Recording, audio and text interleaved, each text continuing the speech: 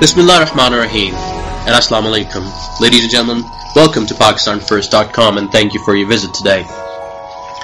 PakistanFirst.com is a youth-based organization whose main objective is to help create policies and spread awareness among the educated masses of Pakistan while keeping national interest first, which is our motto.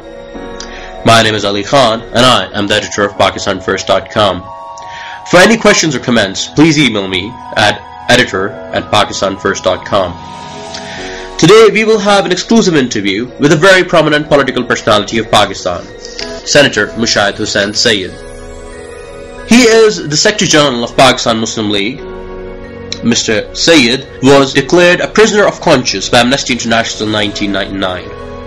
He was nominated by his political party as a presidential candidate for the elections held in 2008. The most interesting part about his personality is that he rose from the middle class of the Pakistani community, unlike many other politicians. He is a self-made man, and at the age of 29, he was the youngest editor of the Southeast Asia. Ladies and gentlemen, Senator Mushahid Hussain Syed. Assalamu alaikum, sir. Assalamu alaikum, and thank you very much for honoring me by inviting me to your forum. It's always a pleasure to talk to educated and enlightened Pakistanis who are always willing to listen to different perspectives regarding Pakistan. Thank you very much, sir. And today we are looking forward to do that exactly. Sir, let me go over a small overview what we will be talking about today. It's going to be a 4-point basically talk. Firstly, we'll go about how you think exactly your previous government and your party did, and what you guys gave to Pakistan. Nextly, we'll quickly go over regarding Pervez Musharraf, for some who is a hero and for some a great villain. And later on, we will talk about your role in Pakistan's foreign policy and what you're doing right now as a chairman of Pakistan's Foreign Relations Committee. Also, your talks with advisors of Obama, and lastly, we'll talk about Pakistan's role and how do you see Pakistan's role. So we're not going to be talking to you as a politician, but also an analyst, and I know that there are a lot of people out there who are basically looking for a man who's a self-made man, who's educated, and who really is a patriot for Pakistan. So let me move towards the first question today. Sir, how do you think your government exactly did, and what do you guys give to Pakistan? You know, you were the party's Secretary General throughout the time. I think that the former government of my party, when I was the party Secretary General, did 3 or 4 things which were quite unique and different. Number one, it opened Pakistan's political system to the middle classes, to the professionals, to women, to minorities, and to the youth. And this is something very different and unique in Pakistan's political history, because Pakistan's political system has been closed. It has been an unholy alliance of the urban and rural rich. And by opening up the social base of this political system, we provided opportunities for the best and the brightest in Pakistan to really come out and reach out and ensure that politics is no longer a monopoly of a few with having rich and famous daddies. Secondly, I think the revolution in education, the importance given to education, which education deserves, was something unique and different, and that also helped Pakistan educated youth, teachers, to have a certain status and dignity which was not there before. Thirdly, the empowerment of women. I think that was in consonance with the cherished ideals of the Pakistan movement and its founding fathers, particularly the Quaid-e-Azam Muhammad Ali Jinnah and Allama Iqbal. And I think that was extremely important, that women were empowered in terms of their role and representation in the Pakistani political system.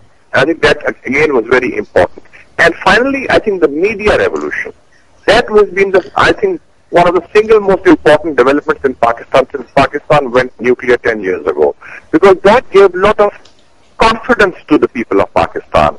That gave credibility to the Pakistani media.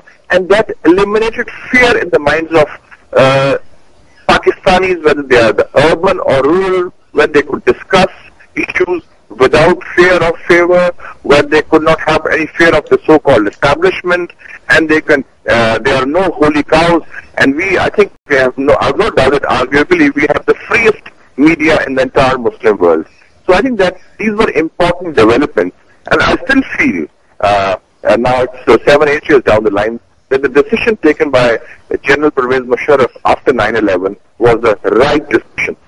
Because if we had not taken the decision that we did, then we would have fallen into the trap which the Indians were keen to lay with us, because the strategy was that Pakistan would be clubbed with the Taliban and India would join the United States in clobbering both Pakistan and Taliban. So I think that was a very sensible decision. So these are some of the important things that happened, and whatever may be the feelings of Mr. Musharraf, and there were many, and I was one of those who pointed out to his face, and he took it in stride, at least he was not corrupt. He didn't have his hand in the cookie jar.